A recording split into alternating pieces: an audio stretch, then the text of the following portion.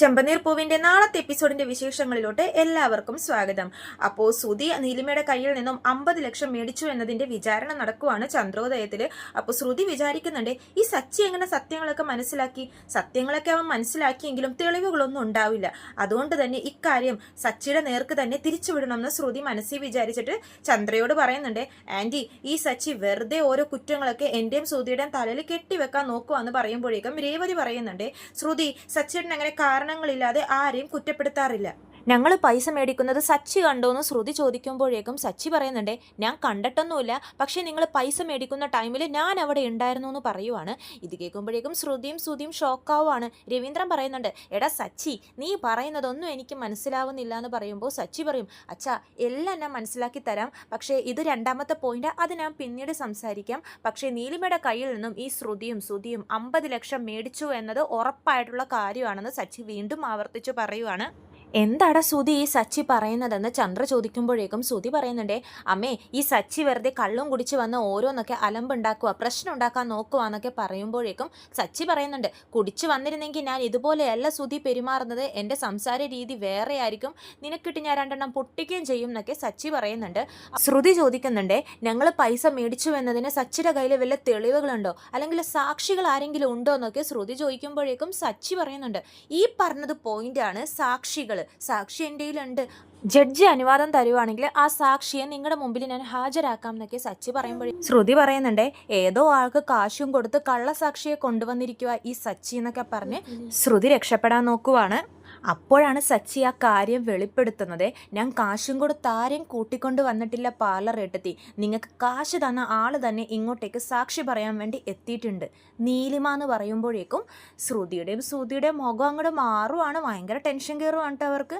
എന്നിട്ട് സച്ചി വിളിക്കുന്നുണ്ട്, നീലിമേന്ന് വിളിക്കുമ്പോഴേക്കും നീലിമ ചന്ദ്രോദയത്തിലോട്ട് കാലെടുത്ത് വെക്കുവാണ്. നല്ല സീനാണ് കേട്ടോ ഇത്. നീലിമയെ കാണുന്നതും ശ്രുതിയും പേടിച്ച് വരേണ്ടി നിൽക്കുവാണ്. കാരണം ഇവരുടെ കള്ളക്കളികളെല്ലാം പുറത്താവാൻ പോവാണല്ലോ. നീലിമ വരുമ്പോഴേക്കും രവീന്ദ്രൻ ചോദിക്കുന്നുണ്ട്, എടാ സച്ചി ആരാ ഇതെന്ന് ചോദിക്കുമ്പോഴേക്കും സച്ചി പറയുന്നുണ്ട്, അച്ഛാ ഇനി പറയാനുള്ളതൊക്കെ നീലിമ സംസാരിക്കും എന്ന് പറയുവാണ്. അപ്പോൾ നീലിമ പറയുന്നുണ്ട്, എന്നെ ഞാൻ തന്നെ പരിചയപ്പെടുത്താം, എൻ്റെ പേര് നീലിമ, നിങ്ങളുടെ മകനുമായിട്ട് സ്നേഹത്തിലുണ്ടായിരുന്ന ആ പെണ്ണ് ഞാനാണ്, 1 ഇയർ ഞങ്ങൾ ലിവിങ് റിലേഷനിൽ ഉണ്ടായിരുന്നു എന്നൊക്കെ പറയുമ്പോഴേക്കും ചന്ദ്രക്ക് അങ്ങോട്ട് ദേഷ്യം വരുവാണ് കേട്ടോ. ചന്ദ്ര ചോദിക്കുന്നുണ്ട്, ഓഹോ അപ്പോൾ നീയാണല്ലേ എൻ്റെ മകനെ പറ്റിച്ച് പൈസ ആയിട്ട് ഓടിക്കളഞ്ഞ ആ പെണ്ണ്.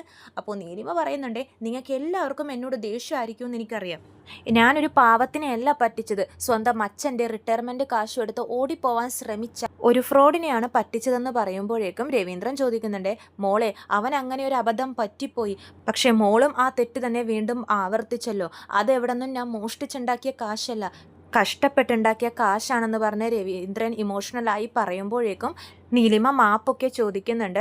എന്തൊക്കെ പറഞ്ഞാലും ഞാൻ ചെയ്തത് തെറ്റ് തന്നെയാണ്, അങ്ങനെ ചെയ്തതിന് ഒരുപാട് റീസൺസ് ഉണ്ട് എനിക്ക്, പക്ഷെ എന്തൊക്കെ പറഞ്ഞാലും ഞാൻ ചെയ്തത് തെറ്റാണ്, എനിക്ക് മാപ്പ് തരണം എന്ന് പറയുമ്പോഴേക്കും ചന്ദ്രക്ക് ദേഷ്യം വരുന്നുണ്ട്. ചന്ദ്ര പറയുന്നുണ്ട്, എന്തൊരു ഈസി ആയിട്ടാണ് ഇവള് മാപ്പ് തരണം എന്നൊക്കെ പറഞ്ഞ് അപേക്ഷിക്കുന്നത്, എൻ്റെ മകൻ ഒരു പാവമാ, അവനെ പറഞ്ഞു മയക്കി അവൻ്റെ കയ്യിൽ നിന്ന് കാശും എടുത്ത് ഓടിപ്പോയിട്ട് നീ കൂടുതലൊന്നും സംസാരിക്കാൻ നിൽക്കണ്ട, ശ്രീകാന്തെ പോലീസിനെ വിളിക്കടാന്ന് ചന്ദ്ര പറയുവാണ്.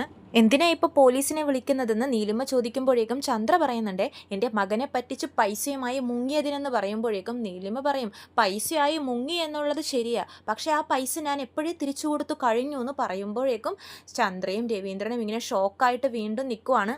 50 ലക്ഷം പലിശ സഹിതം 55 ലക്ഷം ആക്കിയിട്ട് ഞാൻ ഈ ശ്രുതിക്ക് തിരിച്ചു കൊടുത്തു എന്ന് പറയുമ്പോഴേക്കും രവീന്ദ്രൻ ചോദിക്കുന്നുണ്ട്, എടാ ശ്രുതി ഈ പെണ്ണ് പറയുന്നതൊക്കെ സത്യമാണോ എന്ന് ചോദിക്കുവാണ്.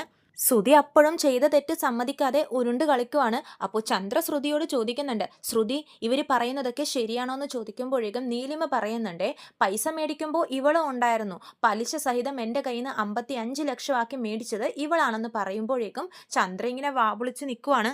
അമ്മേ ഇതൊന്നും വിശ്വസിക്കല്ലേ, ഇവർ രണ്ടുപേരും കൂടി ചേർന്ന് എന്തോ കള്ളക്കഥകളൊക്കെ ഉണ്ടാക്കി എന്നെ അപമാനിക്കാൻ നോക്കുക, ഈ സച്ചിയാണ് ഇതിൻ്റെ പിന്നിലെന്നൊക്കെ പറയുമ്പോഴേക്കും സച്ചി പറയുന്നുണ്ട്, എടാ പണ്ട് തൊട്ടേ നീ ഓരോ കുറ്റം ചെയ്തിട്ട് എൻ്റെ തലയിൽ കെട്ടിവെക്കും, ഇപ്പോഴും ആ ശീലം നീ മറന്നിട്ടില്ലല്ലേ, നീ ഇങ്ങനെയൊക്കെ ഇത് ട്വിസ്റ്റ് ചെയ്യുമെന്ന് എനിക്ക് നല്ലതുപോലെ അറിയാം, അതുകൊണ്ട് തെളിവുകളുമായിട്ടാണ് നീലിമ വന്നിരിക്കുന്നത്, നീലിമേ അത് കാണിക്കുമെന്ന് പറയുമ്പോഴേക്കും നീലിമ ആ ഡോക്യുമെൻറ്റ്സ് ഒക്കെ എടുത്ത് കാണിക്കുവാണ്.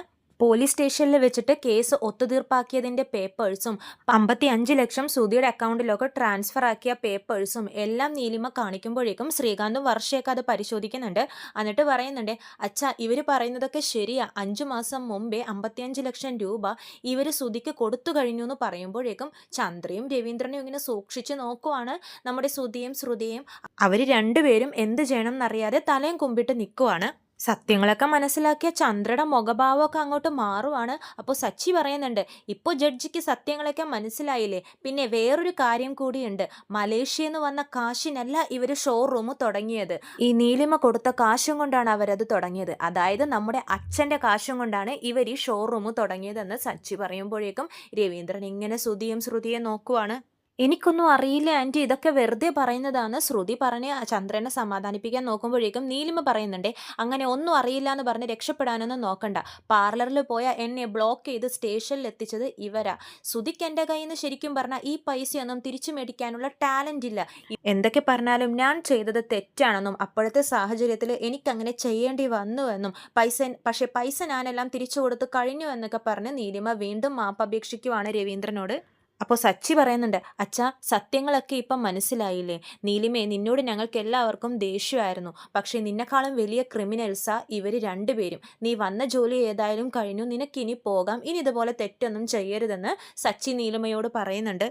പോകുന്നതിന് മുമ്പ് നീലിമ രവീന്ദ്രനോടായിട്ട് പറയുന്നുണ്ട്, അങ്കിൾ നിങ്ങളുടെ മകൻ ഒരുപാട് പഠിച്ചിട്ടുണ്ട്, പക്ഷേ ആ പഠിപ്പിനൊത്ത വിവരമോ അറിവോ കഴിവോ ഒന്നും തന്നെ സുധിക്കില്ല, പക്ഷേ സച്ചി വളരെ നല്ലൊരു മനുഷ്യനാ, ഡിഫറെൻറ്റ് ക്യാരക്ടറാ, സച്ചി പറഞ്ഞതുകൊണ്ട് മാത്രമാണ് ഞാൻ ഇന്നിവിടെ വന്ന് ഈ സത്യങ്ങളൊക്കെ പറഞ്ഞത്, ഞാൻ പോവാണെന്ന് പറഞ്ഞിട്ട് നീലിമ അവിടെ നിന്ന് ഇറങ്ങുവാണ്. പോകുന്നതിന് മുമ്പ് ശ്രുതിയും നല്ലോണം ഒന്ന് നോക്കിയിട്ടാണ് നീലിമ പോകുന്നത്.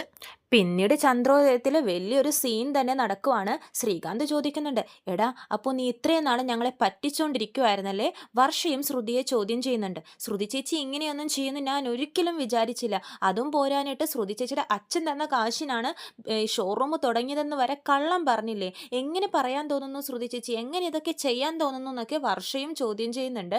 അപ്പോൾ രവീന്ദ്രനാണെങ്കിലോ ശ്രുതി ഇങ്ങോട്ടേക്ക് വാടാന്ന് പറഞ്ഞ് ശ്രുതിയെ രവീന്ദ്രൻ്റെ അടുത്തോട്ട് വിളിക്കുവാണ്.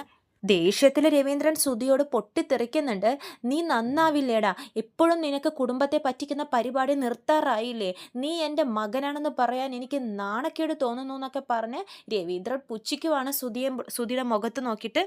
ഈ കാശ് വെച്ചിട്ടാണോ നിങ്ങൾ ഷോറൂം തുടങ്ങിയതെന്ന് രവീന്ദ്രൻ ശ്രുതിയോട് ചോദിക്കുമ്പോഴേക്കും ശ്രുതി അതെ എന്ന് പറയുന്നുണ്ട്.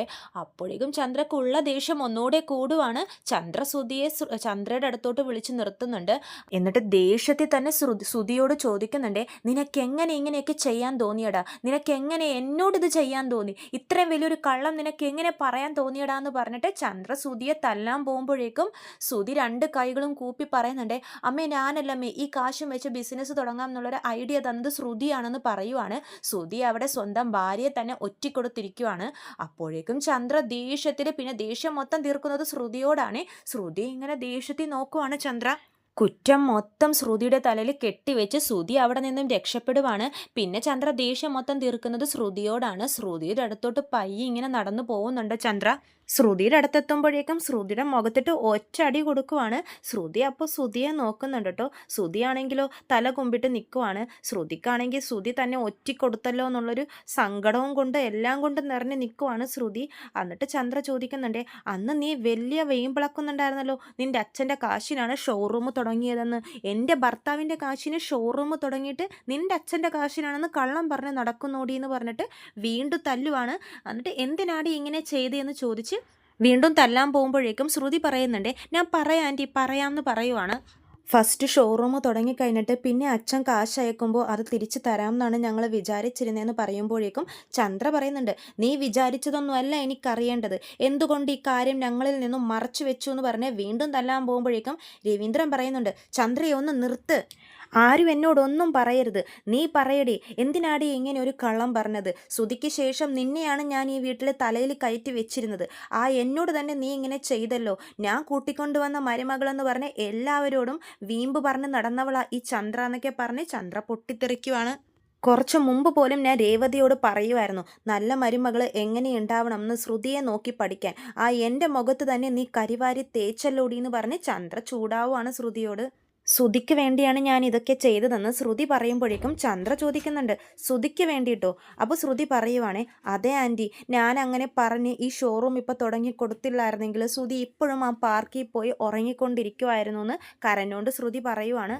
ഇപ്പോൾ ആ ഷോറൂം തുടങ്ങിയത് കൊണ്ട് ഈ വീട്ടിൽ ശ്രുതിക്കൊരു മര്യാദയൊക്കെ ഉണ്ട്. ശ്രുതിനെ കൊണ്ടൊരു ജോലി പോലും അന്വേഷിച്ച് കണ്ടെത്താൻ കഴിയില്ലായിരുന്നു എന്ന് പറയുമ്പോഴേക്കും ചന്ദ്ര ചോദിക്കുന്നുണ്ട്, ഓഹോ, അപ്പോൾ നീ എന്താ ഈ പറഞ്ഞു വരുന്നത്? നീ കാരണമാണ് ശ്രുതിക്ക് ഈ കിട്ടിയ സൗഭാഗ്യങ്ങളൊക്കെ ഉണ്ടായതെന്നോ? നീ ഇല്ലായിരുന്നെങ്കിൽ ശ്രുതി ഒരിക്കലും ഷോറൂം തുടങ്ങില്ലായിരുന്നു എന്നൊക്കെയാണോ നീ പറയുന്നതെന്ന് ചന്ദ്ര വീണ്ടും ചൂടാവുകയാണ് ശ്രുതിയോട്. അങ്ങനെ തന്നെ ആയിരുന്നില്ല ആൻറ്റി, ഞാൻ കല്യാണം കഴിഞ്ഞതിന് ശേഷവും ശ്രുതി അങ്ങനെ തന്നെയല്ലേ കറങ്ങിത്തിരിഞ്ഞ് നടക്കുന്നുണ്ടായിരുന്നത്. ശ്രുതിക്ക് ഒരുപാട് പഠിപ്പുണ്ട്, പക്ഷെ അതിനൊത്ത കഴിവില്ല എന്ന് ശ്രുതി കരഞ്ഞുകൊണ്ട് പറയുമ്പോഴേക്കും ചന്ദ്രക്ക് ഒന്നുകൂടെ ദേഷ്യം വരുവാണ്. ശ്രുതിയും ഇങ്ങനെ അന്തം വിട്ട് ശ്രുതിയെ നോക്കുവാണ്. ഒരുപാട് ജോലിക്കാര്യം ഞാൻ പറഞ്ഞിട്ടും ശ്രുതി അതിനൊന്നും പോകാതെ മടി പിടിച്ച് ഇവിടെ ഇരിക്കുമായിരുന്നു. മുതലാളിയാവുക എന്നത് മാത്രമായിരുന്നു ശ്രുതിയുടെ ലക്ഷ്യം, പക്ഷെ അതിനു വേണ്ടി പ്രയത്നിക്കുന്നില്ല.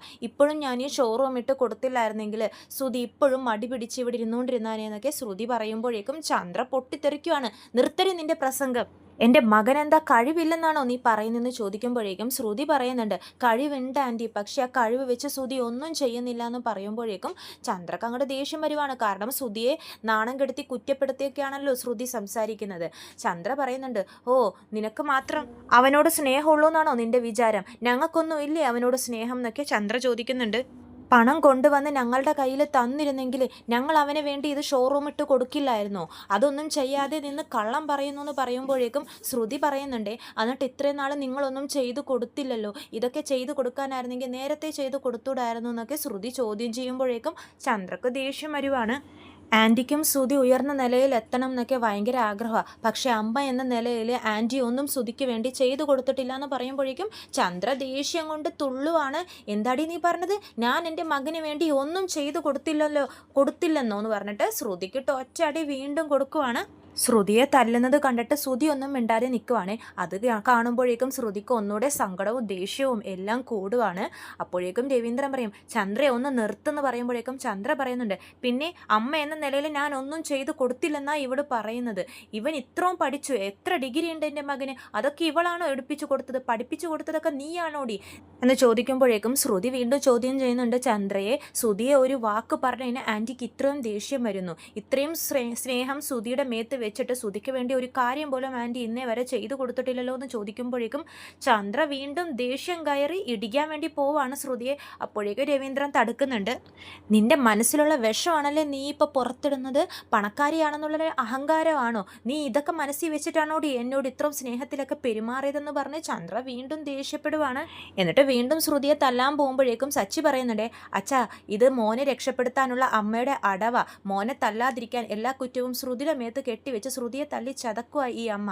അപ്പോൾ വർഷയും പറയുന്നുണ്ടേ, അതെ, തെറ്റ് ചെയ്തത് രണ്ടുപേരും കൂടിയാ, അതിൽ ശ്രുതി ചേച്ചിയെ മാത്രം ചീത്ത പറഞ്ഞിട്ടും തല്ലിയിട്ടും ഒരു കാര്യമില്ല എന്ന് പറയുമ്പോഴേക്കും ചന്ദ്ര പറയുന്നുണ്ട്, കേട്ടോടി, നിങ്ങൾ ചെയ്ത തെറ്റ് കാരണം ഇപ്പോൾ എല്ലാവരും കൂടി എന്നെയാണ് ചോദ്യം ചെയ്യുന്നത്.